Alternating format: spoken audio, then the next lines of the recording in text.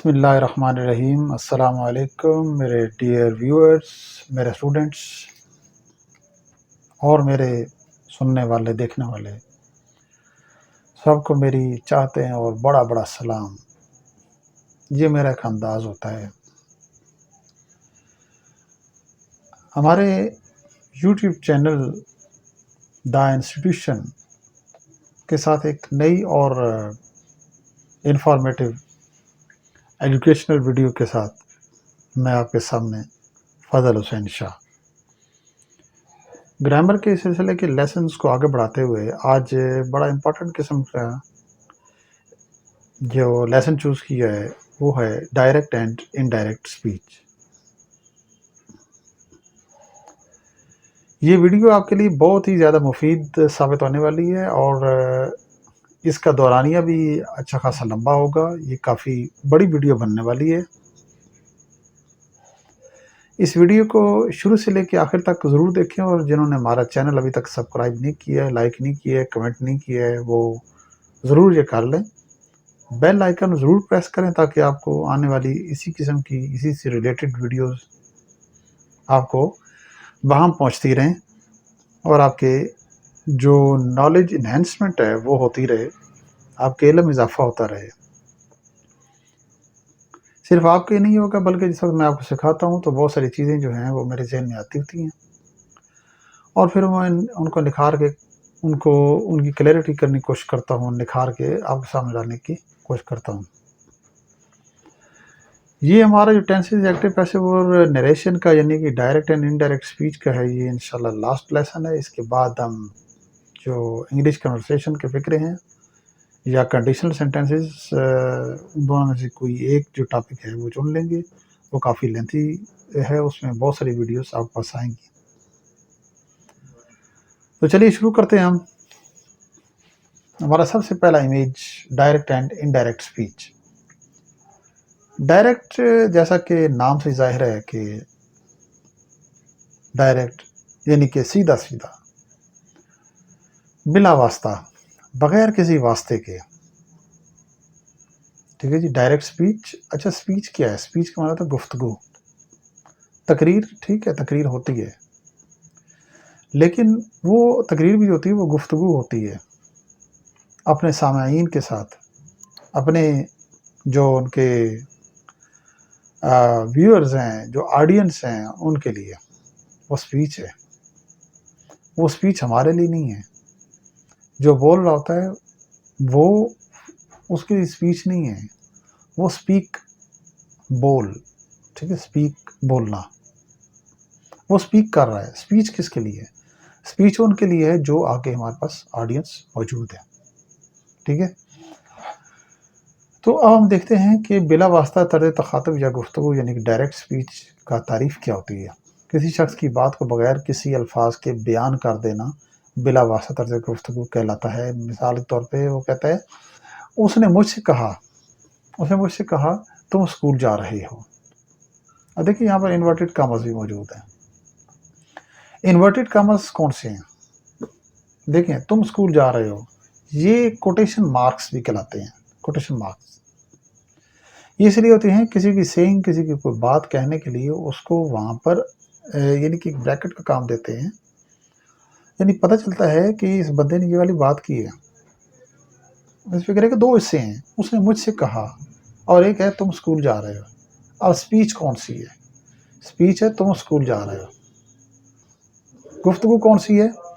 तुम स्कूल जा रहे हो। उसने मुझसे कहा, ये बात नहीं है, ये स्पीच नहीं है। स्पीच है तुम स्कूल जा रहे हो। ये फिक्रा दो हिस्सों पर मुश्तमिल होता है, ये बात याद रखें। ठीक है, एक हिस्सा इन्वर्टेड कामर्स के बगैर है, एक इन्वर्टेड कामर्स के अंदर वाला हिस्सा है। इन्वर्टेड कामर्स के जो बाहर वाला हिस्सा है उसको रिपोर्टिंग स्पीच कहते हैं। उसको रिपोर्टिंग स्पीच क्यों कहते हैं? तो रिपोर्टिंग स्पीच जो है वो कामर्स के बाहर वाला यानी कि पहला हिस्सा होगा। चाहे हम उस हिस्से को पहले रख लें या बाद में रख लें, यानी कि तुम स्कूल जा रहे हो, इस हिस्से को पहले रख लें या बाद में रख लें, ये बात एक ही है। लेकिन ये रहेगा कामर्स के अंदर। जो कामर्स के अंदर वाला हिस्सा है वो रिपोर्टेड स्पीच कहलाता है। रिपोर्टिंग उसको बाहर वाले को क्यों कहते हैं? इसलिए कहते हैं कि वहाँ पर बात का जो है वो जारी करना शुरू किया हुआ है, ठीक है। फिर जब तक बात मुकम्मल नहीं हुई इसका मतलब है जारी है, इसलिए हम उसको रिपोर्टिंग यानी कि कंटिन्यूस में लेके गए हैं, ठीक है। तो वहाँ पर आगे कामा आता है, कामा ये ज़ाहिर करता है कि अभी बात ख़त्म नहीं हुई है। तो लास्ट में देखें जी वो फुल स्टॉप जहाँ पर आ जाता है, जब फुल स्टॉप आता है तो इसका मतलब है ये रिपोर्टेड हो गया, यहाँ पर बात आकर ख़त्म हो गई, ठीक है। तो कामस के अंदर वाला हिस्सा क्या कहलाएगा? Reported speech. Indirect speech, bill वास्ता, बिल का वास्ता यानी कि बे का मतलब होता है के साथ, बिल वास्ता यानी कि वास्ते के साथ। ये ऐसा तर्ज तखातुब है या गुफ्तगू का इस तरह का तरीकाकार है कि जो एक वास्ते के साथ है, यानी कि जो पहले मैंने आपको तारीफ बताई डायरेक्ट स्पीच की, वो क्या थी कि किसी शख्स की बात को उसी के अल्फाज में बयान कर देना, कोई रत्ती बराबर भी कमी बेशी ना करना, ये कहलाता है डायरेक्ट स्पीच। और इनडायरेक्ट स्पीच क्या होता है कि किसी शख्स की बात को अपने अल्फाज में बयान करना, ठीक है, लेकिन उसमें ये होता है कि मफहूम की जो अदायगी होती है वो पूरी की पूरी वही होती है जो कि डायरेक्ट स्पीच के फिक्र में होती है। मफहूम वही होगा या अल्फाज का हेर फेर होगा कुछ, लेकिन है कि जो वो बंदा बात कहना चाहता है उसका मुद्दा है वो पूरा का पूरा हम बयान कर डालेंगे। तो इसको हम कहते हैं इनडायरेक्ट स्पीच, यानी कि मायने तब्दील नहीं होगा, ठीक है। मसलन उसने मुझसे कहा कि मैं स्कूल जा रहा था। अच्छा देखिए जी, अब हमने जो पिछला इमेज देखा है डायरेक्ट स्पीच का, उसमें क्या था? उसने मुझसे कहा मैं स्कूल जा रहा हूँ। बात यहाँ पर उसने मेरे मुतालिक ही की है, स्कूल के बारे में बात की है, जाने के बारे में बात की है। यहाँ पर तब्दीली क्या आई है? एक हमने इन्वर्टेड कॉमास हटाए हैं, हमने उसकी जगह पर लगाया के, यानी कि दैट। उसके बाद हमने है की जगह कि मैं स्कूल जा रहा हूँ, है, हूँ या हैं की बजाय मैंने वो था इस्तेमाल कर दिया। तो अब यहाँ पर एक टेंस तब्दील किया, ये तो आगे हम जाकर देखेंगे कि ये हमने है की बजाय या हूँ की बजाय था क्यों इस्तेमाल किया। हमने लफ्ज़ की अदायगी जो है वो मुख्तलिफ की है, लेकिन चीज़ असल में जो मफ़हूम है स्कूल जाने का वो पूरे का पूरा अदा हो रहा है। The method to change direct speech into indirect speech. अब हम डायरेक्ट स्पीच के फ़िक्र को इनडायरेक्ट स्पीच में तब्दील करने का जो तरीका है वो समझने जा रहे हैं।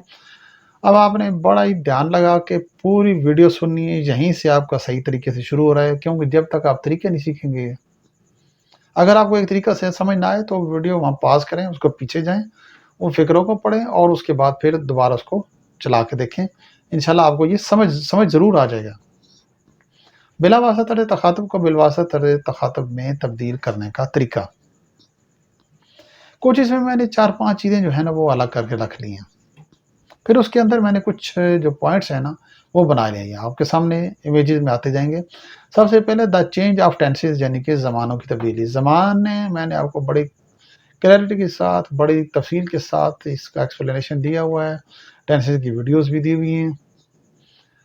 इसमें एक बात याद रखें कि आपको टेंसेस का आना बड़ा ज़रूरी है। जब तक आपको टेंसेस नहीं आएँगे आपको इनडायरेक्ट स्पीच नहीं आएगी। तो पहले कोशिश ये करें कि टेंसेस पर कमांड हासिल करें, ठीक है। अगर थोड़ी बहुत भी कमांड हासिल हो जाती है तो आप इनडायरेक्ट की तरफ आ जाएँ, क्योंकि वो साथ-साथ पक्के होते रहेंगे। अच्छा जी, अगर रिपोर्टिंग स्पीच का वर्ब है, ठीक है जी, रिपोर्टिंग स्पीच का वर्ब कौन-सा होगा? यानी ही सेड टू मी, ठीक है जी, सेड कौन-सा हो गया? ये रिपोर्टिंग स्पीच का वर्ब है। तो हम शॉर्ट कर लें तो रिपोर्टिंग वर्ब भी इसको हम कह सकते हैं। कॉमास के बाहर अगर पास्ट हो तो अंदर टेंसेस में कौन-सी तब्दीलियाँ होंगी? यानी कॉमास के बाहर वाला हिस्सा, उसने मुझसे कहा, ठीक है, उसने मुझसे कहा, ये फ़ेल माज़ी मुतलक है, ये पास्ट इंडेफिनिट है, ही सेड टू मी, ठीक है। अब स्पीच नहीं शुरू हुई, अभी वो उसने बाहर वाला टेंस बताया, अब स्पीच नहीं शुरू हुई। स्पीच कहाँ होगी? इन्वर्टेड कॉमास यानी कोटेड मार्क्स जो हैं, कोटेशन मार्क्स उनके अंदर। तो अब हमारे पास देखें इस इमेज के अंदर 2 कॉलम बने हुए हैं, एक डायरेक्ट स्पीच का मैंने रख दिया है, वो ग्रीन कलर में शो कर रहा है, और एक इनडायरेक्ट स्पीच का रख दिया, ठीक है। अब इनडायरेक्ट स्पीच जो कि डायरेक्ट स्पीच से यहाँ पर आएगी, वो किस तरह बन रहा है देखें जी। मैंने पिछले इमेज में यानी पिछले बोर्ड में आपको बताया कि अगर रिपोर्टिंग स्पीच यानी कि रिपोर्टिंग वर्ब पास्ट टेंस का है, यानी कि मज़ीद आसान करके बताता हूँ कि अगर कॉमर्स के बाहर वाला हिस्सा पास्ट टेंस में है, तो जब इनडायरेक्ट में करेंगे तो अंदर कौन सी तब्दीली आएंगी, वो ये रेड कलर के बॉक्सेस में लिखी हुई हैं। यानी कि अगर बाहर पास्ट है और अंदर प्रेजेंट इंडेफिनिट है, तो इनडायरेक्ट में बनाते हुए present indefinite will be change into past indefinite. ठीक हो गया जी। इसके बाद प्रेजेंट कंटिन्यूस अगर अंदर मौजूद है, बाहर पास्ट है, अंदर पास्ट कंटिन्यू प्रेजेंट कंटिन्यूस मौजूद है, तो पास्ट कंटिन्यूस में चेंज हो जाएगा। यानी कि बाहर अगर पास्ट है तो अंदर ये जितने भी ग्रीन कलर के बॉक्सेस में टेंसेस लिखे हुए हैं, ये रेड कलर वाले में चेंज हो जाएंगे। यानी कि जितने भी पास्ट के होंगे वो प्रेजेंट में चेंज हो जाएंगे। क्यों चेंज होंगे? कि अगर बाहर पास्ट होगा तो अंदर अगर प्रेजेंट परफेक्ट है तो इनडायरेक्ट बनाते हुए पास्ट परफेक्ट कर देंगे, और अंदर अगर प्रेजेंट परफेक्ट कंटिन्यूस है तो इनडायरेक्ट में करते हुए पास्ट परफेक्ट कंटिन्यूस में हम चेंज कर देंगे। अगर बाहर पास्ट है तो, और अगर पास्ट होने के साथ साथ अंदर अगर पास्ट इंडेफिनिट है तो ये पास्ट परफेक्ट में चेंज हो जाएगा। और अगर बाहर पास्ट रखा हुआ है और अंदर पास्ट कंटिन्यूस आ गया है तो ये पास्ट परफेक्ट कंटिन्यूस में होगा। तो डियर व्यूअर्स, ये चीज़ याद रखें कि यही सिर्फ 6 टेंस अंदर चेंज होते हैं। और ये किस सूरत में चेंज होते हैं? कि अगर बाहर पास्ट हो तो। अगर बाहर पास्ट ना हो तो अंदर के टेंस में कोई तब्दीली भी नहीं होगी। ये नीचे मैंने लिख दिया है कि जो भी टेंस इस्तेमाल हो रहा होगा वो इस तरह नीचे उतार लेंगे। यानी कि बाहर अगर प्रेजेंट या फ्यूचर होगा, क्या होगा? अगर बाहर प्रेजेंट या फ्यूचर होगा, पास्ट के अलावा कोई भी टेंस आ रहा हो, ठीक है, तो अंदर किसी भी टेंस में कोई तब्दीली नहीं होगी, वो इसी तरीके से टेंस नीचे उतर आएगा। हाँ, उसके अलावा जो कोई तब्दीलियाँ जो अभी हमने आगे चल के सीखनी है, वो जिस तरीके से आएंगी वो हमने ज़रूर चेंज करनी है। इसका आएगा। सेकंड नंबर पर हम चेंज ऑफ द प्रोनाउंस पढ़ रहे हैं। ज़मायर की तब्दीली। ज़मायर जमा है इसम ज़मीर की, यानी कि ये वो लफ्ज़ होता है जो कि असल नाम की जगह पर इस्तेमाल करते हैं। यानी कि हमारे पास पर्सन्स, मैंने टेंसेस के दौरान में भी आपको कुछ थोड़ी सी क्लैरिटी करके बताई थी, बहुत ज़्यादा तफसीली वो वीडियो तैयार नहीं की। उसमें मैंने कहा था, आपको बताया था कि मैं ये जो पार्ट्स ऑफ स्पीच हैं, इन पर एक बड़ी मुफस्सल किस्म की वीडियो बनाऊंगा। अगर एक में हो गई तो ठीक, नहीं तो हर एक की अलग अलग बनाऊंगा और 9 वीडियोस तैयार होंगी। कोशिश मैं यही करूंगा कि ये सारे पार्ट्स ऑफ स्पीच एक ही वीडियो के अंदर बड़े तफसीली जो हैं वो आ जाएं। तो हम प्रोनाउन हमारे पास 3 किस्म के होते हैं, फर्स्ट, सेकंड और थर्ड। यानी first person, second person and third person. तो मैं आसानी के लिए मैं तो आपको ना अपनी ज़बान में ही ना, ये जो हमारी उर्दू हमारी कौमी ज़बान है या पंजाबी मादरी ज़बान है, इसी में मैं आपको समझाता हूँ कि मैं, तू और वो, ये 3 किस्म के ये होते हैं। तो मैं कौन सा होता है? ये फर्स्ट पर्सन होता है, यानी कि आई। इसका प्लूरल जो होता है वो वी है। और तू यानी तुम, ये वाहिद जमा हो गया, लेकिन इसका एक ही चीज़ होती है। यू इस्तेमाल करते हैं सिंगुलर के लिए भी और प्लूरल के लिए भी। Third person singular he, she, it, they होता है, ही, शी, इट होता है। और इन सब का थर्ड पर्सन प्लूरल कौन सा होता है जी? दे। ठीक हो गया। और जो नाउन होता है वो भी थर्ड पर्सन सिंगुलर के अंदर इस्तेमाल करते हैं हम। तो अगर कॉमर्स के अंदर वाले हिस्से में जितने भी फर्स्ट पर्सन आए, जितने भी, से क्या मुराद है? जो सब्जेक्टिव केस है, नॉमिनेटिव केस है, जो काम करने वाली हालत है, वो कौन सी है? आई और वी। बाकी जितने भी हैं वो उसके केसेस हैं। आई, me, my, mine, we, our, hours. ठीक हो गया जी। ये सारे जितने भी फर्स्ट पर्सन मैंने आपको बोला है कि वो कॉमर्स वाले हिस्से के अंदर अगर आ रहे हैं तो उनको हमने तब्दील करना है। कहाँ करेंगे? जो कॉमर्स के बाहर वाला हिस्सा है, मैं दोबारा दोहराता हूँ, जो कॉमर्स के बाहर वाला हिस्सा है वहां पर हमारे पास सब्जेक्ट ला माला मौजूद है। मिसाल तौर हम कहते हैं शी सेड टू मी। अब शी जो है ये सब्जेक्ट है, ठीक है जी, ये सब्जेक्ट है। ये जितने भी I, me, my, mine, we, our, us, ours, ये जितने भी हैं ये फर्स्ट पर्सन हैं, ये यहाँ सब बाहर सब्जेक्ट के मुताबिक बदलेंगे। ठीक हो गया। और जिस तरह का केस होगा वैसा ही केस हम लगाएंगे, ये बात याद रखें। और अगर कॉमर्स के अंदर सेकंड पर्सन इस्तेमाल हो रहे हों, सेकंड पर्सन कौन कौन से, यू, योर, योर्स इस्तेमाल हों, तो उनको कॉमर्स के बाहर जो ऑब्जेक्ट होगा वहाँ पर बदलेंगे। मिसाल तो ही सेड टू मी है, ही सेड टू मी है, ठीक हो गया। और कॉमर्स के अंदर यू इस्तेमाल हो रहा है, यू को जो है वो मी के मुताबिक बदलेंगे क्योंकि मी यहाँ पर ऑब्जेक्ट है।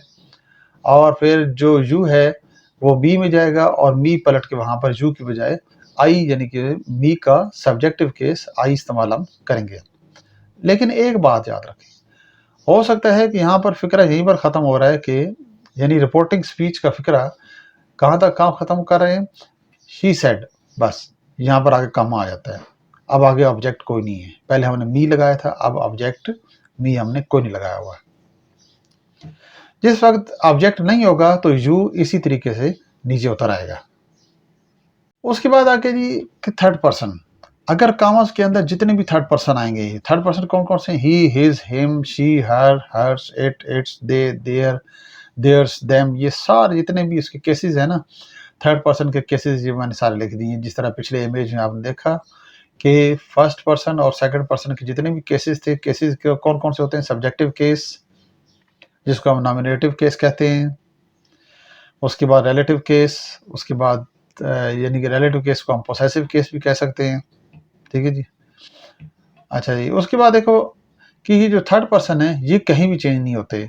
ये बाहर वाले जो रिपोर्टिंग स्पीच है, बाहर वाला हिस्सा जो है फिक्रे का, यानी कॉमर्स के बाहर वाला हिस्सा, वहाँ पर दो चीज़ें मौजूद होती हैं, सब्जेक्ट और ऑब्जेक्ट। ये जो हमारे थर्ड पर्सन हैं, ही, हिज, हिम वगैरह जो कुछ लिखा है, ये बाहर ना तो सब्जेक्ट के मुताबिक बदलेंगे ना ऑब्जेक्ट के मुताबिक बदलेंगे, तो फिर क्या करेंगे, हम कॉमर्स हटाएंगे, ठीक है, और दैट लगाएंगे, और उसके बाद वो जिस तरह भी ऊपर ही लिखा हुआ है कॉमर्स के बाद, ठीक है, ही, शी, इट, दे, जो कुछ भी लिखा हुआ है उसको हम इसी तरीके से नीचे उतार लेंगे, ये चेंज नहीं होते। आगे आ गया the change of certain words, यानी मुकर्रर अल्फाज की तब्दीली। मैंने शुरू में आपको बताया था कि डायरेक्ट स्पीच का फिक्रा वो होता है कि जो बगैर किसी अल्फाज की तब्दीली के दूसरे के सामने बयान करना, और इनडायरेक्ट स्पीच ऐसा फिक्रा होता है कि जो किसी की बात को अपने अल्फाज में तब्दील करना। तो ये कुछ इसी तरह के अल्फाज यहाँ भी शामिल किए गए हैं कि जब हम किसी की बात को किसी तीसरे, चौथे या पांचवें बंदे के सामने बयान करते हैं तो फिर हम क्या करते हैं कि उसमें से कुछ अल्फाज अपने, यानी कि है तो था लगा देते हैं, ठीक है, और तुम है तो मैं लगा देते हैं, वो जिस तरीके से पीछे हमने पढ़ा है, ठीक है। और यहाँ पर देख रहे हैं डायरेक्ट स्पीच में ये जो कॉलम में आपके पास ये ब्लू कलर में लिखे हुए हैं, ये लफ्ज़ अगर डायरेक्ट स्पीच में आते हैं यानी कि कॉमर्स के अंदर वाले हिस्से में आते हैं, दिस, दीज, नाउ, अगर दिस है तो किस में इनडायरेक्ट में करते हुए किस में चेंज होगा, दैट में, दीज चेंज होगा दोज में, नाउ देन में, हेयर देयर में, अगो बिफोर में, टुडे दैट डे में। टुडे का मतलब होता है दिस डे यानी कि आज का दिन, टुमारो यानी कि आने वाला दिन, द नेक्स्ट डे। ये बात याद रखें, सिर्फ नेक्स्ट डे नहीं, द लाजमी लगाएंगे। यस्टरडे, इसमें भी द लाजमी लगेगा। द प्रीवियस डे यानी गुजरा हुआ दिन, यस्टरडे वो कौन सी कल होती है, वो जो गुजरी हुई कल होती है उसको प्रीवियस डे यानी कि यस्टरडे बोलते हैं। Tonight, that night, last night पिछली रात, द प्रीवियस नाइट, ये द लाजमी यूज करना है। 10, 100, इस तरह कुछ और भी कब सारे अल्फाज आते हैं लेकिन आमतौर पर ये इस्तेमाल होते हैं। The kind of direct and indirect speech, याद रखें फिक्रों की तो बहुत सारी अकसाम हैं, उसमें नेगेटिव डाल देंगे, इंट्रोगेटिव डाल देंगे, ठीक है, इंट्रोगेटिव एंड नेगेटिव सेंटेंस डाल देंगे, बहुत सारे कंडीशन सेंटेंसेस आ जाते हैं। अब यहाँ पर ये डायरेक्ट डायरेक्ट में सिर्फ 5 किस्म के फिक्रे जो हैं वो इस्तेमाल होते हैं। सबसे पहला है कौन सा है जी, असर्टिव सेंटेंस, ठीक है, दूसरा है इंट्रोगेटिव सेंटेंस, तीसरा इंपेरेटिव सेंटेंस, चौथा एक्सक्लेमेटरी सेंटेंस, पांचवा ऑब्जेक्टिव सेंटेंस। बाज़ ग्रामरिस्ट हैं, उन्होंने अपनी ये जो इंग्लिश ग्रामर किताबें होती हैं उनमें दोनों इकट्ठा किया हुआ, एक्सक्लेमेटरी एंड ऑब्जेक्टिव सेंटेंस ये इकट्ठा किया होता है। तो व्यूअर्स, अब हमने जो पिछले इमेज में डायरेक्ट एंड इनडायरेक्ट के 5 इस्तेमालात यानी कि 5 किस्म के फ़िक्रे हम पढ़ने जा रहे हैं, उसके हमने पिछले इमेज में पढ़ लिए हैं। अब हम इसको बारी बारी जो है विद एग्जांपल्स पूरे तरीके के साथ समझेंगे।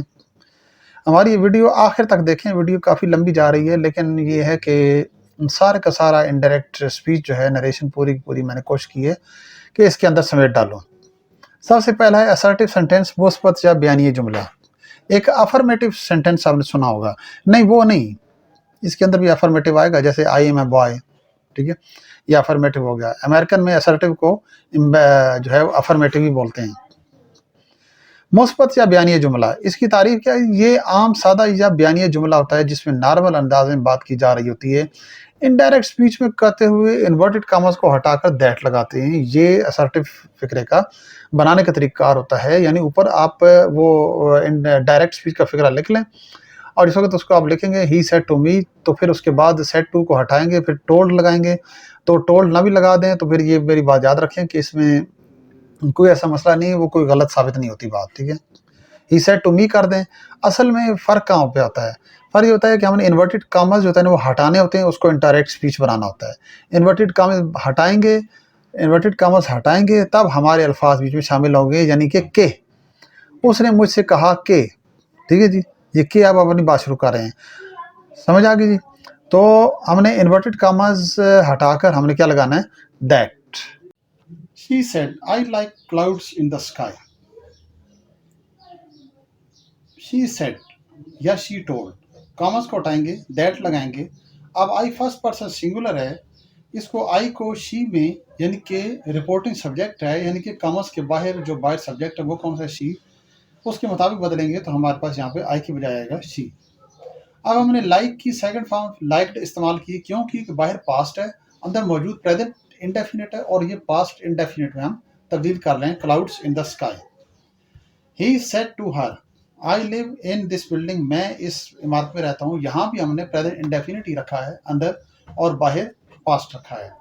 He told her that he lived in that building. अब हमने दिस को दैट में क्यों तब्दील किया है? आज ज़रा बेशक पीछे चले जाएं, वहाँ पर देखें। एक है चेंज ऑफ सर्टेन वर्ड्स, यानी मुकर्रर अल्फाज की तब्दीली।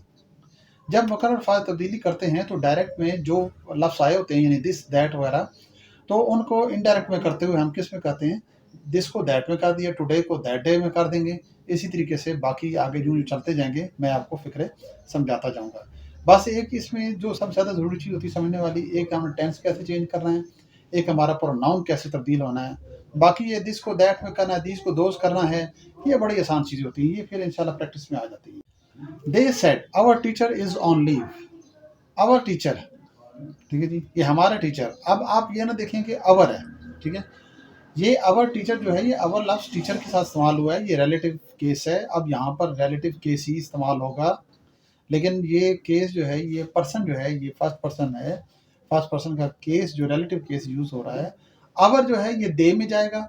अब यहाँ पर अवर की जगह दे नहीं इस्तेमाल करेंगे, मैंने क्या बताया? अवर जो है वही का रिलेटिव केस है, इसलिए यह पोसेसिव केस है। तो अब हमने दे नहीं इस्तेमाल करना, यहाँ पे दे में जाके दे का रिलेटिव या पोसेसिव केस हम इस्तेमाल करेंगे। अब आगे हमने टीचर के बाद वाज इस्तेमाल किया है, ऊपर आप देखें फिक्रे में इज इस्तेमाल किया हुआ है। इसकी वजह वाज क्यों लगाया? क्योंकि बाहर पास्ट टेंस है, और कौन सा है? पास्ट इंडेफिनिट है, यानी कि सब्जेक्ट के फौरन बाद हमने वर्ब का सेकंड फॉर्म यूज किया है। Arif and Ayesha said to their mother, Arif और आयशा ने अपनी वालदा से कहा, वी लाइक बैंगल्स, हम आम पसंद करते हैं। Arif and Ayesha told there mother that they liked mangoes. Present indefinite है, पास्ट इंडेफिनिट में यूज, तो इसको तब्दील किया है। पास्ट इंडेफिनिट की पहचान क्या होती है? हमने सब्जेक्ट के फौरन बाद वर्ब की सेकंड फॉर्म हमने इस्तेमाल करनी होती है। पास्ट इंडेफिनिट एक बड़ा ही अहम तरीन टेंस है। She said I am helping my mother in the kitchen. अब हमने प्रेजेंट कंटिन्यूस रख दिया है, बाय पास्ट रखा है, अंदर प्रेजेंट कंटिन्यूस रख दिया है, और अब हम इसको इंडायरेक्ट में तब्दील करने जा रहे हैं। शी टोल्ड, बेशक सेड रख दें, कोई फिक्रा कभी भी गलत नहीं होगा आपका इंशाल्लाह। कामा हटाकर दैट लगाएंगे। She told that she was, I को शी में तब्दील किया। आई जो है ये नॉमिनेटिव केस है, सब्जेक्टिव केस है, फर्स्ट पर्सन सिंगुलर है। कौन सा केस? सब्जेक्टिव केस है, नॉमिनेटिव केस है, और नॉमिनेटिव केस की जगह पर नॉमिनेटिव यानी कि सब्जेक्टिव केस ही आता है। तो क्या होगा? She was. वाज क्यों लगाया? क्योंकि अंदर इज एम आर है, प्रेजेंट कंटिन्यूस है, इसको पास्ट कंटिन्यूस में हमने चेंज करना है। He said I am watering the plants in the garden. Irrigating कर दें, वाटरिंग कर दें, मैंने टेंसेस सिखाते हुए इस बारे में आपको बड़े अच्छी तरीके से समझाया था कि वाटर जो है ये नाउन भी है और वर्ब भी है। ठीक है, बायर पास्ट है, अंदर प्रेजेंट कंटिन्यूस है, पास्ट कंटिन्यूस में करेंगे। He told that he was watering the plants in the garden. Afsha said, Afsha ने कहा दे आर सोइंग क्लोथ्स। अब आप कहेंगे ये तो सीयू लिखा हुआ है, सीविंग पढ़ेंगे इसको, लेकिन नहीं पढ़ेंगे। क्यों कि आप को मैंने टेंसेस की वीडियोस में बड़ी तफसील समझाया था कि अगर ऑक्सफोर्ड की आप डिक्शनरी उठाकर देख लें तो वहां पर उसकी प्रोनाउंसिएशन जो है SEW की, वहां देखें आगे लिखा हुआ है SO, सो। तो ये इंग्लिश जो है ये अहले ज़बान है, इंग्लिश जिनकी अंग्रेज, उन्हीं की है, हमारी नहीं है। हमने उन्हीं की तर्ज पर हमें पढ़नी होती है। Option told that they were sewing clothes. He said to me, उसने मुझसे कहा। पास्ट इंडेफिनिट है। अब यहाँ पर हमने ऑब्जेक्ट रख लिया है। क्यों ऑब्जेक्ट रखा है? क्योंकि अब हम आपको सेकंड पर्सन जो कि बाहर मौजूद है सब्जेक्ट के तौर पर, रिपोर्टेड वर्ब यू यहाँ पर इस्तेमाल हो रहा है। अब हमने वो आपको चेंज करना बताना है। टेंस टेंस एक ही इजी सा रख लिया, present continuous. He told me, ठीक हो गया जी। उसके बाद कामस हटाए, दैट लग गया। यू की बजाय नीचे देखें आई लिखा हुआ है। ये क्यों तब्दील हो गया? ये बिल्कुल तब्दील ना होता अगर यहाँ पर टू मी ना इस्तेमाल होता, यहाँ मी ना होता तो फिर यू इस तरह नीचे आना था। अब यू जो है मी में जाएगा, यहाँ पर रिपोर्टिंग ऑब्जेक्ट में जाकर ये सेकंड पर्सन जितने भी होंगे वो यहाँ पर चेंज होंगे। अगर ऑब्जेक्ट नहीं है तो जितने भी सेकंड पर्सन हैं, जितने भी केसेस लगे हुए हैं रिपोर्टेड स्पीच में, कामर्स के अंदर हिस्से में जितने भी सेकंड पर्सन हैं वो इसी तरीके से नीचे उतर आएंगे। फिक्रे पे गौर करें। ही सेड टू मी, उसने मुझसे कहा। तुम, ये तुम से मुराद ये मैं, उसने मुझसे कहा है, वो मुझसे कह रहा है कि भाई तुम, ठीक है, तेज नहीं दौड़ रहे हो। यानी कि ये तुम कौन है? ये मैं हूं। इसलिए यहाँ पर ये यू जो है मी में गया है। मी जो है ये ऑब्जेक्टिव केस है, किसका? आई का। और जिस तरह का केस होता है वैसे केस इस्तेमाल करते हैं। लेकिन यू जो है ये प्लेस कौन सी है? ये सब्जेक्टिव प्लेस है। इसकी जगह पर हम मी की सब्जेक्टिव केस जो है वो इस्तेमाल करेंगे, क्योंकि सब्जेक्टिव प्लेस की जगह पर सब्जेक्टिव केस ही आएगा। दे से टू अस। अब मैंने कौन सा बाय टेंस रख दिया? सेड नहीं रखा, बल्कि मैंने अस रख दिया, अपना सॉरी से रख दिया। वर्ब की फर्स्ट फॉर्म लगाई।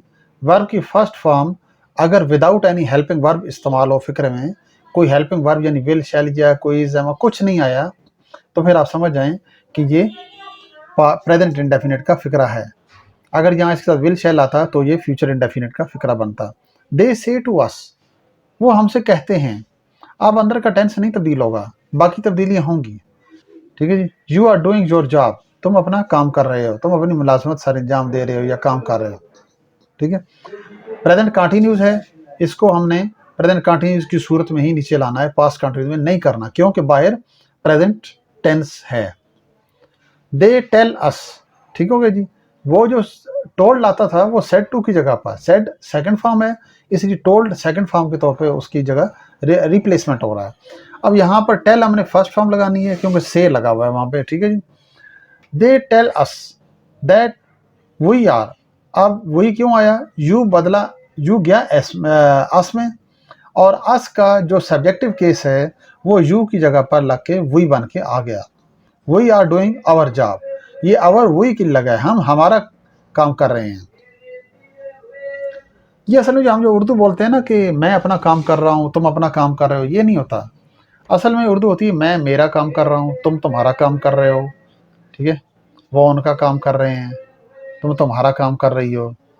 ठीक है। हम हमारा काम कर रहे हैं। असल में ये होती है।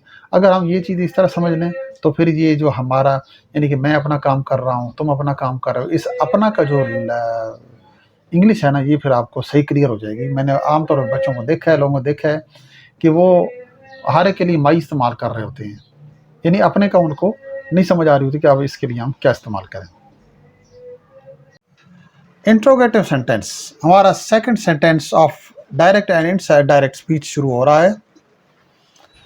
इंट्रोगेटिव, यहाँ पे इंट्रोगेशन होगी, यहाँ पर सवाल जवाब होगा, यहाँ पर सवाल पूछा जाएगा, यहाँ पर आस्किंग होगी। ठीक है, अब ये तारीफ पहले समझ लें। ये सवाली जुमले होते हैं, इनमें कोई बात पूछी जाती है, जाहिर सी बात है, सवाल पूछा जाता है, कोई भी चीज़ पूछी जाती है तो उसको सवाल बोलते हैं। यहाँ पर एक चीज़ याद रखें, आप सेट टू को हटा के दैट नहीं लगाएंगे, बल्कि सेट टू को हटा के हम आस्क्ड यानी कि सेकंड फॉर्म लगाएंगे।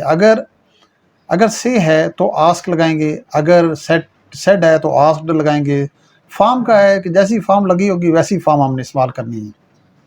सबसे इम्पॉर्टेंट बात, आप ये आमतौर पर देखते होंगे कोई एंकर या कोई रिपोर्टर जो होता है किसी इंटरव्यू ले रहा होता है तो उससे पूछता है जी कि जनाब आपसे मैंने 2 डब्ल्यूज़ करने हैं। डब्ल्यूज़ क्या है? व्हाट, वेयर, व्हेन, विच। ठीक है जी, ये डब्ल्यूज़ हैं, यानी कि क्वेश्चन के लिए इस्तेमाल करते हैं। इनमें एक एच क्वेश्चन भी होता है, वो भी डब्ल्यूज़ में शुमार करते हैं, लेकिन वो सबसे अलग थलग है। अब उसको क्या कहते हैं? हाउ।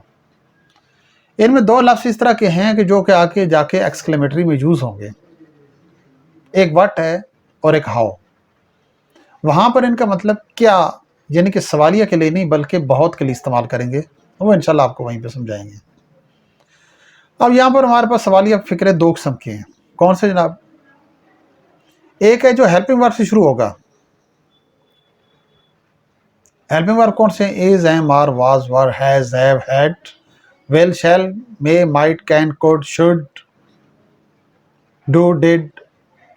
ठीक है जी, डज, ये सारे हेल्पिंग वर्ब हैं। अगर तो ये रिपोर्टेड स्पीच का फिक्रा, असल फिक्रा कौन सा है? उसने मुझसे कहा, ये नहीं। ही सेड टू मी, ये नहीं। फिक्रा कौन सा है? फिक्रा वो है जो कामस के अंदर मौजूद है।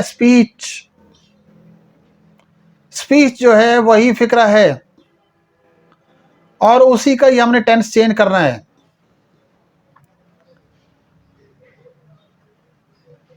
अगर वो हेल्पिंग वर्ब से शुरू हो रहा है तो फिर हम क्या करेंगे? कामस हटाकर इफ इस्तेमाल करेंगे। अगर हेल्पिंग वर्ब से कोई फिक्रा शुरू हो रहा है तो फिर हम उसको कामस हटा के इफ लगाएंगे, दैट नहीं लगाएंगे। और अगर फिक्रा डब्ल्यूज से शुरू हो रहा है, डब्ल्यू एच या एच से या सिर्फ डब्ल्यू से शुरू हो रहा है, ठीक है, तो हम कामस हटाकर कुछ भी नहीं लगाते, इसी तरीके से सब्जेक्ट नीचे उतार के ले आते हैं, सब्जेक्ट से ही फिक्रा हम अपना स्टार्ट कर लेते हैं। दूसरी बात, कामस हटा के कामस हटा के हमने इफ लगाना है या इफ नहीं लगाना, ये बता दिया। सेट टू को हटा के आस्क्ड लगाएंगे। उसके बाद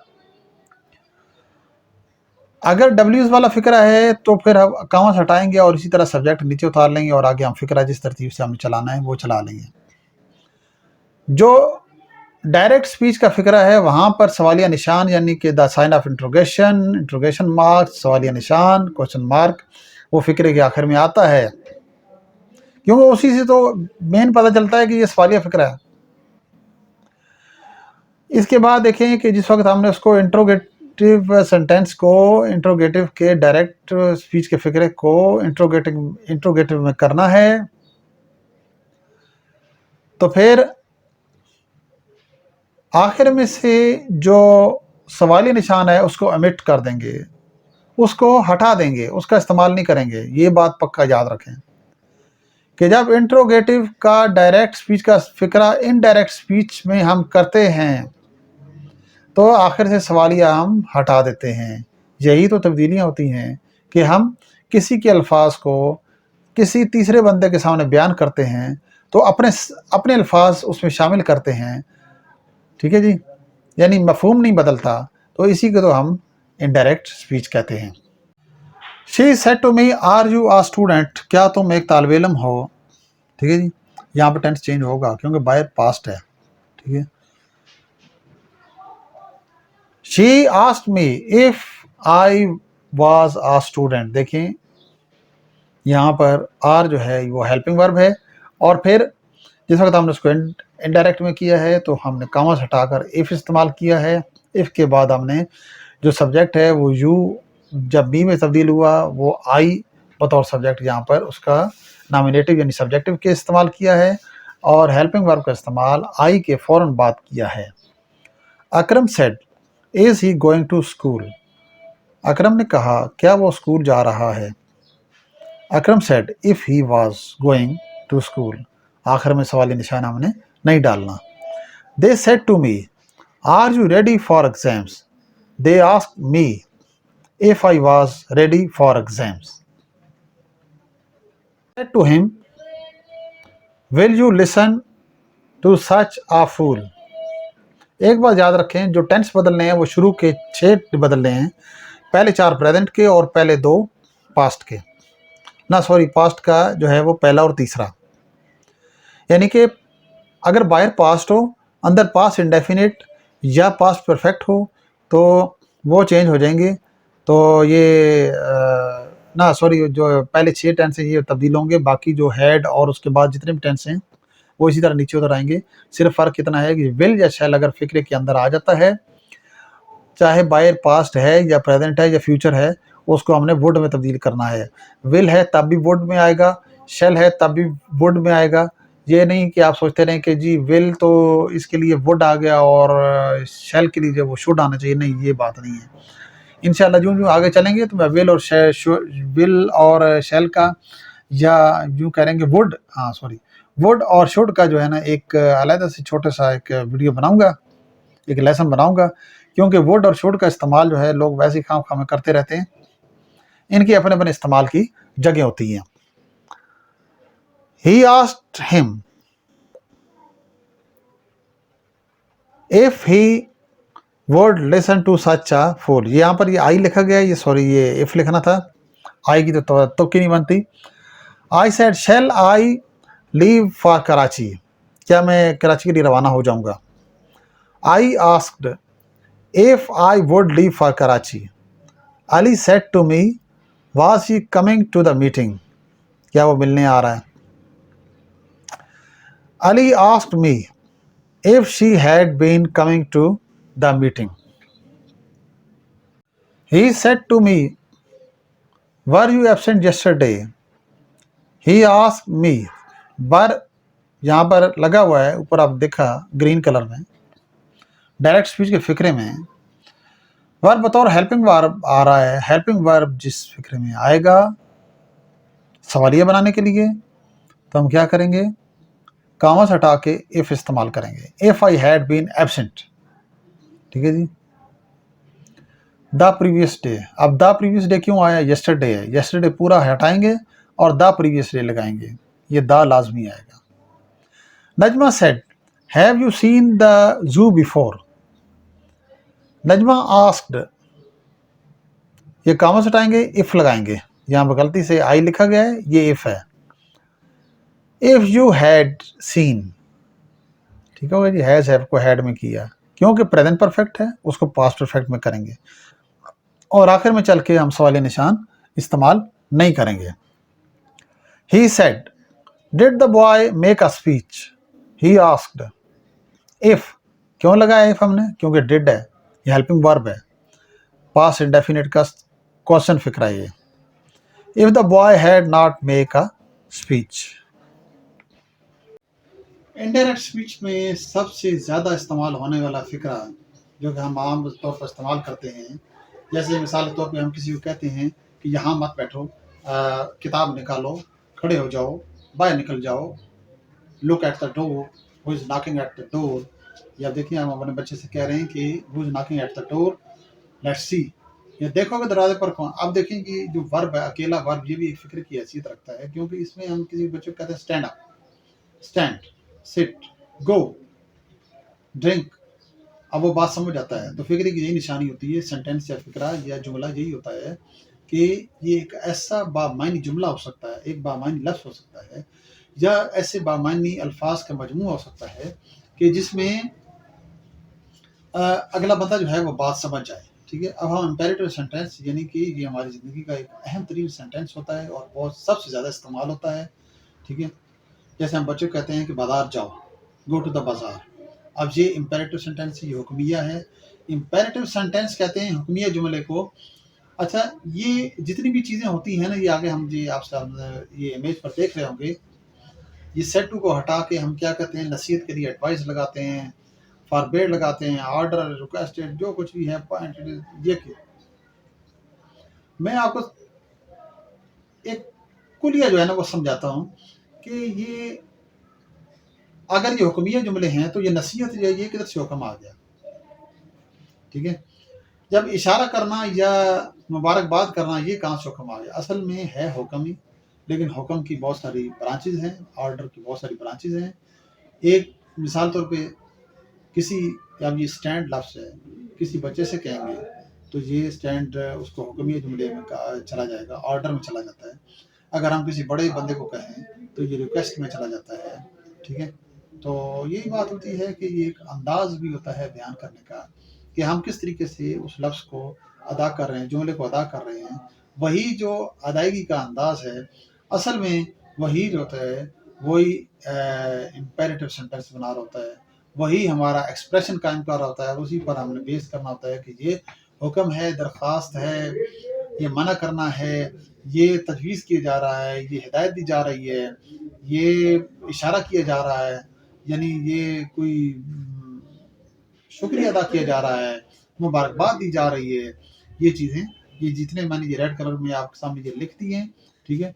कि अगर नसीहत वाला फ़िक्र आ जाए तो उसके लिए आपने सेट टू को हटा के एडवाइस लगाना है, मना करने के लिए आपने फॉरबेड लगाना है। क्या हटा के, सेट टू को पूरा हटाएँगे, और इशारा करने के लिए पॉइंटेड, ठीक है। तो बालों को डायरेक्टेड भी लगा देते हैं, वो भी ठीक है। पॉइंटेड ज़रा अच्छा है, एक अलग सा लफ्ज़ बन जाता है, ठीक है। दरख्वास्त के लिए रिक्वेस्टेड, इशारा करने के लिए पॉइंटेड, हिदायत के लिए हम डायरेक्टेड इस्तेमाल करेंगे। मशवरा या तजवीज़ के लिए सजेस्टेड, सजेस्ट एक आम लफ्ज़ इस्तेमाल करते हैं। सजेस्ट, क्या सजेस्ट करते हैं। मुबारकबाद के लिए ग्रेटेड, हौसला बढ़ाने के लिए इनकरेज्ड, करेज नहीं इनकरेज्ड, करेज मैंने तो हौसला, और हौसला बढ़ाना इनकरेज्ड। शुक्रिया अदा करने के लिए थैंक्ड हम इस्तेमाल करते हैं। और इन्वर्टेड कामर्स का क्या हाल होगा, वो उसको हटा के हम वहाँ पर लगाएंगे टू, ठीक है। इन्वर्टेड कामर्स पिछले जो हमने देखा, पहले हमने दैट लगाया, फिर हमने जनाब इसमें इंट्रोगेटिव में आएगा तो इफ लगाया, कहीं पर इफ नहीं लगाया। लेकिन यहाँ पर हम क्या करेंगे, यहाँ पर हमने काउंस हटा के हमने टू इस्तेमाल करना है। ही सेड टू द पियान, ये पियन लफ्ज़ नहीं होता है, पियान, हल्की सी ओ की आवाज़ गोल करें होठों, पियान। उसने चपड़ासी से कहा, रिंग द बेल, के घंटी बजा दो, ठीक है। अच्छा, अगर यही चीज़ जो है मैनेजर साहब जो है या प्रिंसिपल साहब वो वहाँ पर खड़ा है, तो जो पियान साहब हैं वो छत पे हैं, तो वो कहते हैं कि सर मुझे आने में देर हो जाएगी, प्लीज़ रिंग द बेल, आप ही घंटी बजा दें। तो अगर वो, अच्छा, वो अंदाज़ा ऑर्डर में नहीं जाएगा, वो किस में चला जाएगा, वो उसमें रिक्वेस्टेड में चला जाएगा। मैंने पहले भी आपको ये समझा दिया कि ऑर्डर द पीएन, कॉमा हटाएंगे, टू लगाएंगे, बाकी फिक्रा पूरे का पूरा इस तरह इस्तेमाल करेंगे। रिंग की कोई फॉर्म चेंज नहीं करनी।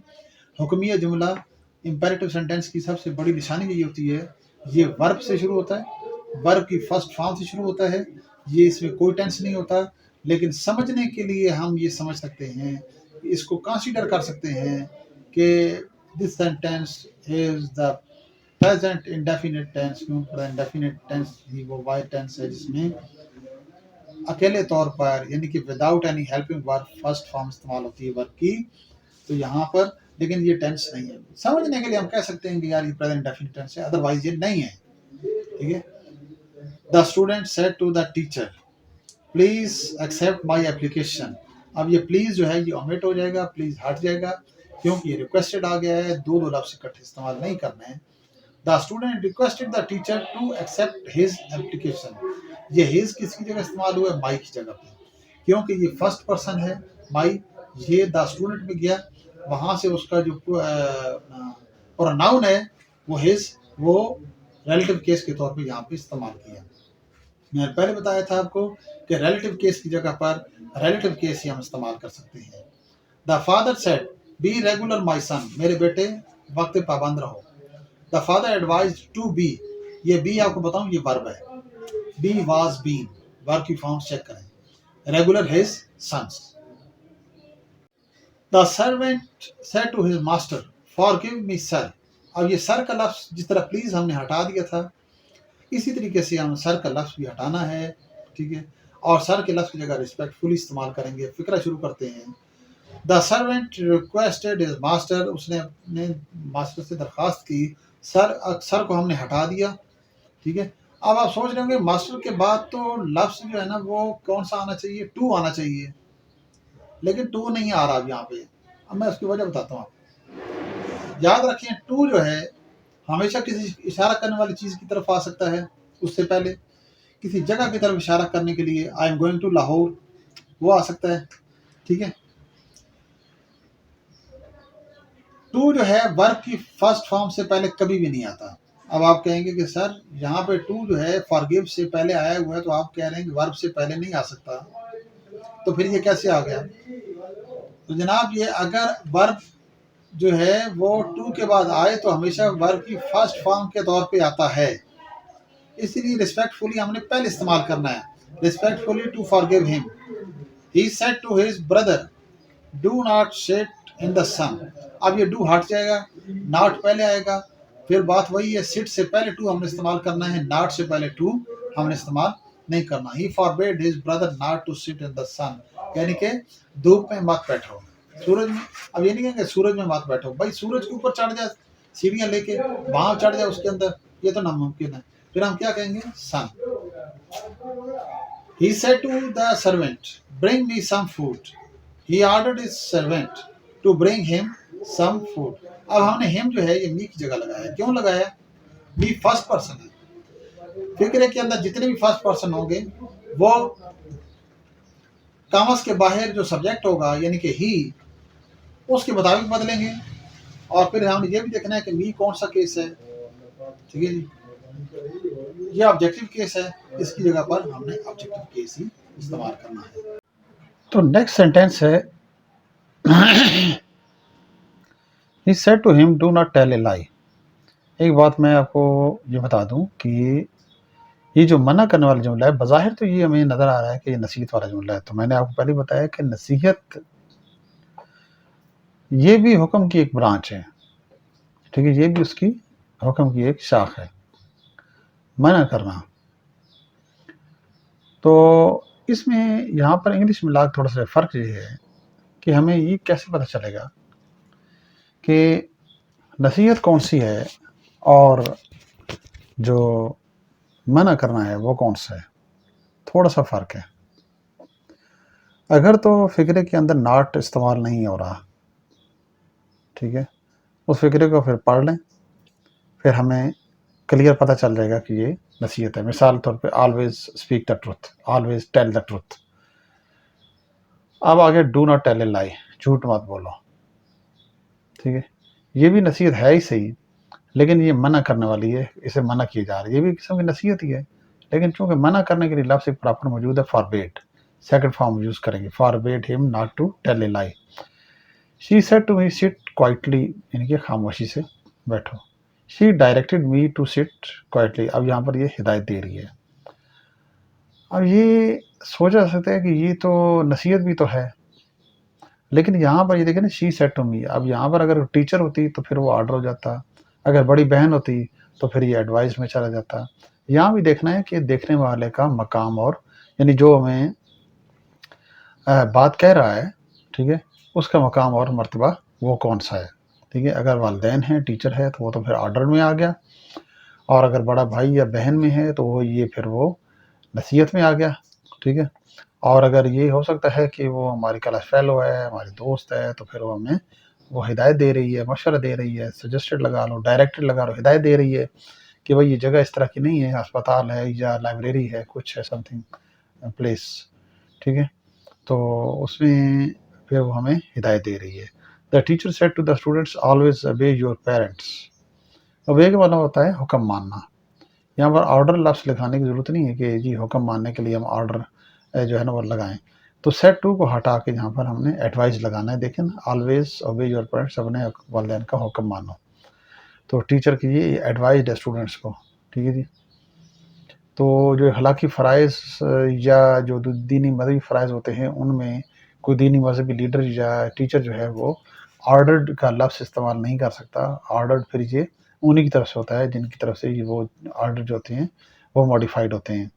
The teacher advise the students to obey their parents. ये देर क्यों लगा है जी?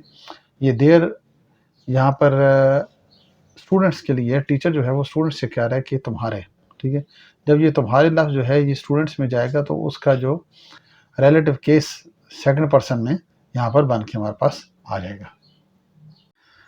इस्तेजाबिया जुमले, एक्सक्लेमेटरी सेंटेंस, यहाँ पर एक्सक्लेमेशन मिलेगी हमें। इस्तेजाबिया, जैसा कि लफ्ज़ के अंदर आप सेंटर में जाएँ तो आपको पता चलेगा इस्तेजाबिया में लफ्ज़ ताज्जुब मौजूद है, ठीक है। ताज्जुब का मतलब होता है हैरत का इज़हार करना, यानी कि अच्छा इनमें ना ये तारीफ़ पढ़ लें कि इनमें हैरत, खुशी, गमी या अफ़सोस का इज़हार करेंगे, लेकिन ये इज़हार यकलख्त पाया जाएगा। हमारे पास 2 चीज़ें हैं, 2 मिसाल मैं आपको बताता हूँ, ठीक है जी। एक आपको पता चलता है कि जी मैंने 2 महीने बाद हज पर जाना है, मेरा वीज़ा लग रहा है, मेरा टिकट आ रहा है। वो अब 2 महीने बाद वो खबर जो है वो ज़रा पुरानी हो जाएगी, रोज़ाना एक ख्याल होगा, बार-बार आएगा, सब लोग कहेंगे, सबको बताएँगे, वो खबर ज़रा पुरानी हो जाती है। ये लेकिन अगर आपको यकलख्त इत्तला मिल जाए भई सुबह तुम हज के लिए रवाना हो रहे हो, तो ये फिर एक यकलख्त खुशी का इज़हार होगा, तो फिर आप एकदम से कहेंगे, उई मार ओए! इस तरह के लफ्ज़, ठीक है? तो फिर उसके लिए हम क्या कहते हैं, सेड टू को हटा के एक्सक्लेम विद ग्रेट जॉय, ठीक है? Exclaimed with astonishment, with wonder, यानी हैरत और हैरानगी के लिए हम इस्तेमाल करते हैं। गमी के लिए हम क्या कहते हैं, गम और अफ़सोस में थोड़ा-सा फ़र्क है। एक अफ़सोस ये होता है कि जी दोस्त की वालिदा फ़ौत हो गई है, तो उसके लिए हम अफ़सोस का इज़हार करते हैं, ठीक है? वो ग्रेट सॉरो कह लें या विद सॉरो कह लें।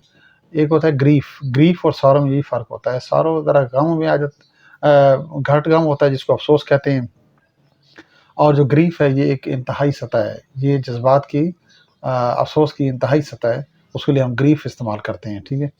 मिसाल के तौर पे अपनी वालिदा फ़ौत हो गई है तो फिर ज़ाहिर बात है वो हमें बताएगा तो बड़े गम से बताएगा, विद ग्रेट ग्रीफ़ इस्तेमाल करेंगे। इन्वर्टेड कॉमास को हटा के हम दैट लगाएँगे। चाहे कोई भी पर्सन इस्तेमाल हो रहा हो, किसी भी किस्म का यहाँ पर एक्सक्लेमेशन हो, हमने सिर्फ़ ये करना है कि कॉमास हटाकर हमने दैट इस्तेमाल करना है। ही सेड हुर्रा, अच्छा देखें ये हुर्रा है, ओह है, हाउ है, व्हाट है। अब वो वाले अल्फ़ाज़ 2 वो वाले भी आ रहे हैं जो मैंने आपको इंटरोगेटिव में बताए थे कि व्हाट और हाउ। हमारे पास खुशी के लिए कौन से 2 लफ्ज़ हैं, हुर्रा या हा, एच-ए हा, और अफ़सोस के लिए आह, ए-एच आह या ओह, ठीक हो गया? ये हमारे, और हैरानगी के लिए व्हाट और हाउ, ठीक है? इन फ़िक्रों की निशानी ये होती है, इन अल्फ़ाज़ की निशानी ये होती है कि अगर तो ये ख़ास किस्म के लफ्ज़ इस्तेमाल हो रहे हैं, तो इनके बाद साइन ऑफ एक्सक्लेमेशन इस्तेमाल करते हैं। हुर्रा के बाद आप देखें, एक इस तरह लंबी सी लाइन है, ये असल में एक कतरा गिर रहा होता है और नीचे एक डॉट्स आया हुआ है, ये वो कतरा है जो यहाँ पर गिर चुका है। ये वो कतरा होता है आँसू का जो कि खुशी और गमी की सूरत में हमारी आँख से बाहर आता है। Hurrah I have won the first prize, he exclaimed with great Joy. देखो खुशी का इज़हार करेंगे, और जिस वक़्त exclaimed with great Joy, sorrow, grief, wonder, astonishment ये इस्तेमाल करेंगे, तो कॉमास के बाद ये जो लफ्ज़ लगे हुए हैं ना, हुर्रा, ओह, हाँ, ठीक है? ये अलास, ये वाले सारे के सारे लफ्ज़ हज़फ हो जाएँगे, ओमिट हो जाएँगे, ख़त्म हो जाएँगे। और टेंसेस वगैरह बाकी इस तरह ही बदलेंगे, कॉमा हटेगा, दैट लगाएगा। He exclaimed with great joy that he had won the first prize. Has have को प्रेजेंट परफेक्ट है, उसको हमने पास्ट परफेक्ट हैड में यूज़ किया है, थर्ड फॉर्म लगाई है। She said to her mother, उसने अपनी वालदा से कहा, ओह माई गॉड, ओ मेरे खुदा, I left the purse in van में, ठीक है जी। She exclaimed with astonishment, with wonder कर दें या एस्टोनिशमेंट कर दें, एस्टोनिशमेंट अच्छा लफ्ज़ है लेकिन ना याद रहे तो आप वंडर में काम चला लें। That she had left purse in the van. अब यहाँ पे हैड क्यों आया? हैड इसलिए आया कि वहाँ ऊपर देखें कि पास्ट डेफिनेट है। पास्ट डेफिनेट हो तो फिर पास्ट परफेक्ट में चेंज होता है। Tariq said, how high the mountain is, how high the mountain is, इसका क्या मतलब है? देखिए ना, हाउ पहले लगा हुआ है और यहाँ पर आखिर में सवाली निशान नहीं लगाया, लगाने की जरूरत नहीं है। इसका मतलब ये है कि ये पहाड़ी किस कदर बुलंद है, यानी किस कदर बुलंद है वो सवाल नहीं कर रहा। वो कह रहा है कि बहुत ज़्यादा बुलंद है। अब जिस वक़्त ये हाउ और व्हाट के लफ्ज़ आएँगे तो जो इनडायरेक्ट में करेंगे तो इनको हम किस में तब्दील करेंगे? वेरी में तब्दील करेंगे, ठीक है? और हाउ और व्हाट दोनों लफ्ज़ ख़त्म हो जाएँगे। Tariq exclaimed with wonder that the mountain was very high. Tariq said, "Alas, my father has died."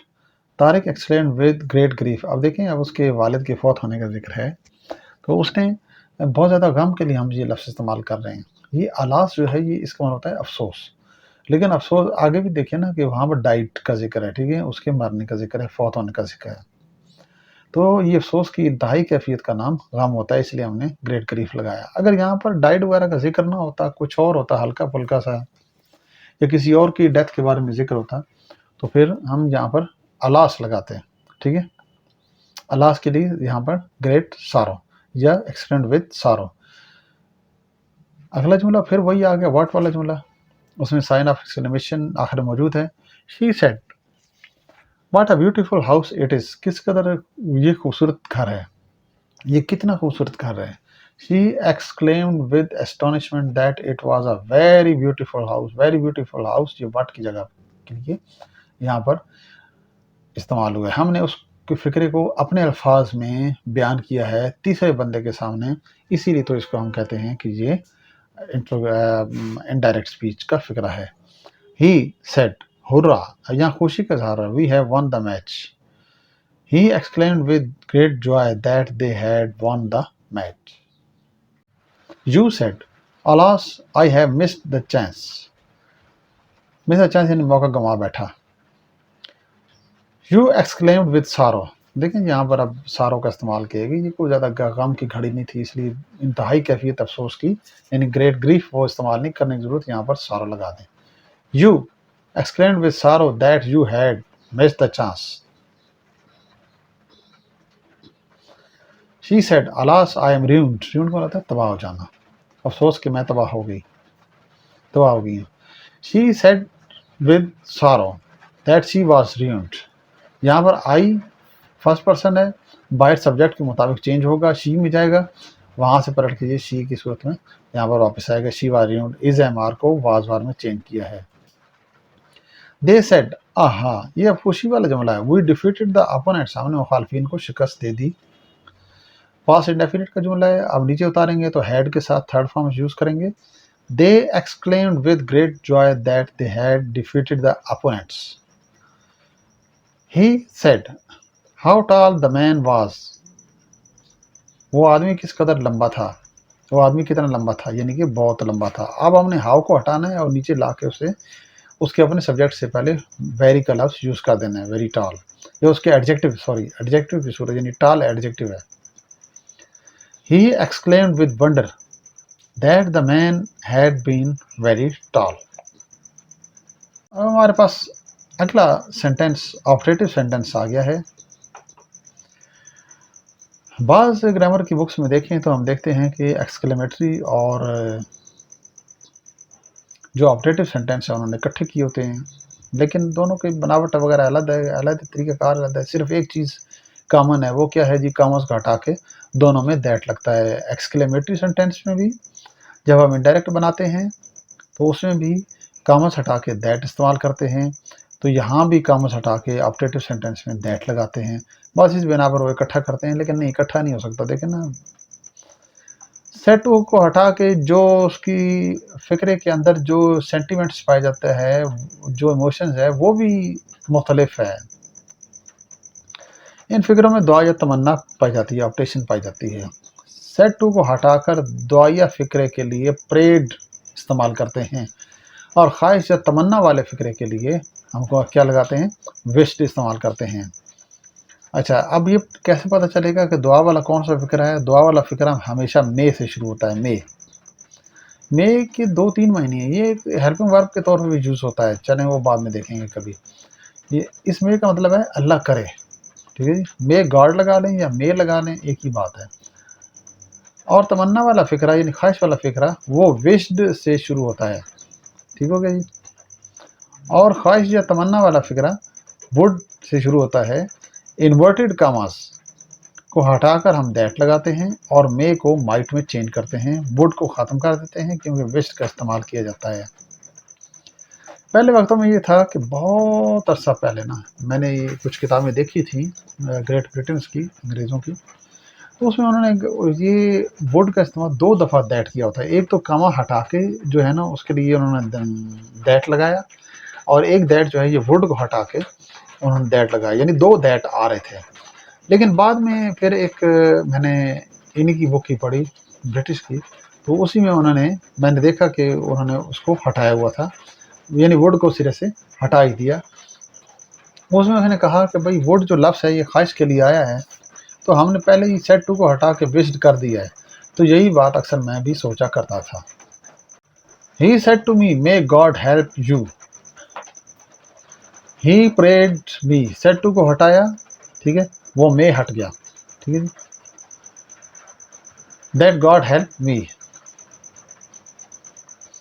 My mother said to me may you live long, अब वो दुआ दे रही है, ठीक है। अब ये जो मे है ये सब्जेक्ट के फ़ौरन बाद माइट की सूरत में इस्तेमाल होगा। My mother prayed me that, कम हटा के दैट लगाएंगे। आई, यू मी में चेंज हुआ और क्या आ गया जी, आई माइट लिव लॉन्ग। जिस वक्त हम इसको इंटरनेट में करते हैं तो साइन ऑफ एक्सक्लेमेशन जो है वो वहाँ से गायब हो जाता है, वहाँ से हट जाता है, क्योंकि वो जो लफ्ज़ है ना मे और हुर्रा, और क्योंकि वो लफ्ज़ ख़त्म हो जाते हैं तो ये साइन ऑफ एक्सक्लेमेशन ये भी ख़त्म हो जाता है।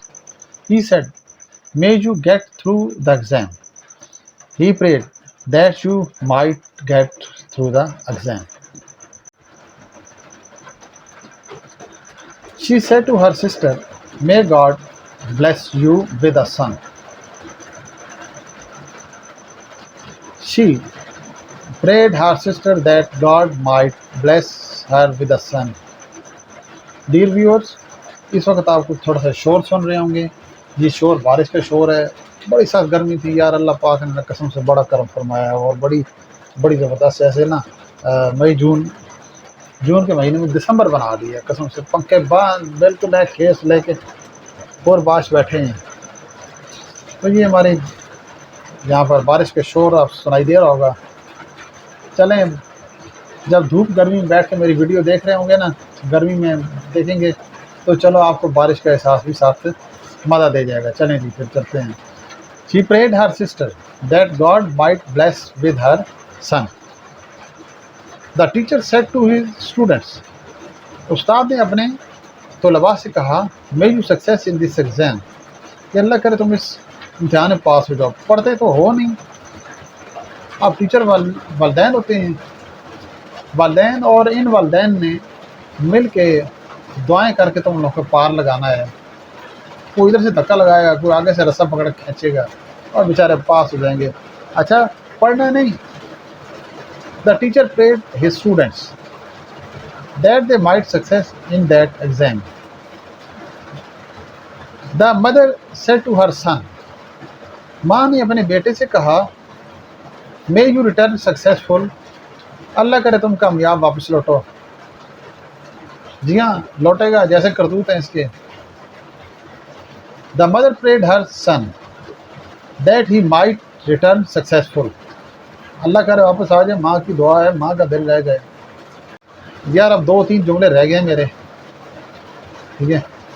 तो साथ बारिश ने भी स्पीड तड़ातड़ पकड़ी हुई है, अल्लाह की रहमत है। चलें आप लोग बारिश की टन का मज़ा भी लें।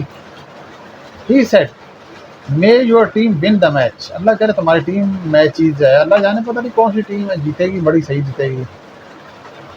ही प्रेड, उसने दुआ की। ये मेरे वाला जो मतलब ये प्रेड का है, ठीक है। That's your team might win the match. She said to her friend, उसने अपनी सहेली से कहा, may you get the scholarship. She prayed her son that she might get the scholarship.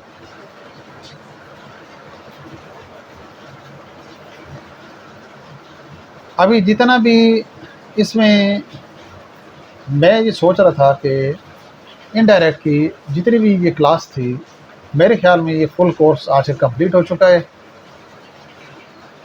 अगर इसके बाद भी कोई ऐसी मोशगाफी है या कोई क्रिटिकल पॉइंट मेरे जहन में आया तो फिर वो इंशाल्लाह मैं फिर वीडियो एक अपलोड छोटी सी कर दूंगा।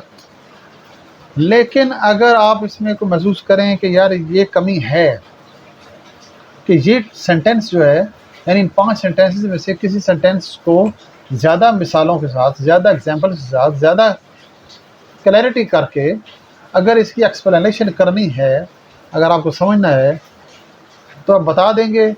आई एम ए टीचर, मेरा तो काम ही यही है। मैं इंशाल्लाह उस सेंटेंस की एक अलग से वीडियो बना के इंशाल्लाह अपलोड कर दूंगा। तो मेरा ये जो व्हाट्सएप नंबर है वो भी इंशाल्लाह अज़ीज़ ये वीडियो पर चल रहा है, आप लोग इसको देखें और अगर कोई मसला हो तो आप मेरे से व्हाट्सएप पे इसको डिस्कस भी कर सकते हैं, बाकायदा सीख भी सकते हैं। मुझे सिखाने में कोई कबाहत नहीं है, कोई मसला नहीं है। अपनी तरफ से मैंने डायरेक्ट का एक वसी चैप्टर जो है वो एक वीडियो में क्लोज़ कर दिया है। इसके बाद का इंशाल्लाह वीडियो का आप इंतज़ार कीजिए। तो जिन्होंने हमारा चैनल अभी तक सब्सक्राइब, लाइक, कमेंट नहीं किया है वो बराए मेहरबानी सब्सक्राइब के बटन पर क्लिक करें, आइकन का बटन प्रेस करें, ताकि मेरी आने वाली वीडियोस जो हैं, चाहे वो इस्लामिक हैं, ये इस तरह इंग्लिश के लेक्चर्स हैं, जो कुछ हो रहे हैं, तो वो आप तक बहम पहुँचती रहें। वस्सलामु अलैकुम वरहमतुल्लाहि वबरकातुहू।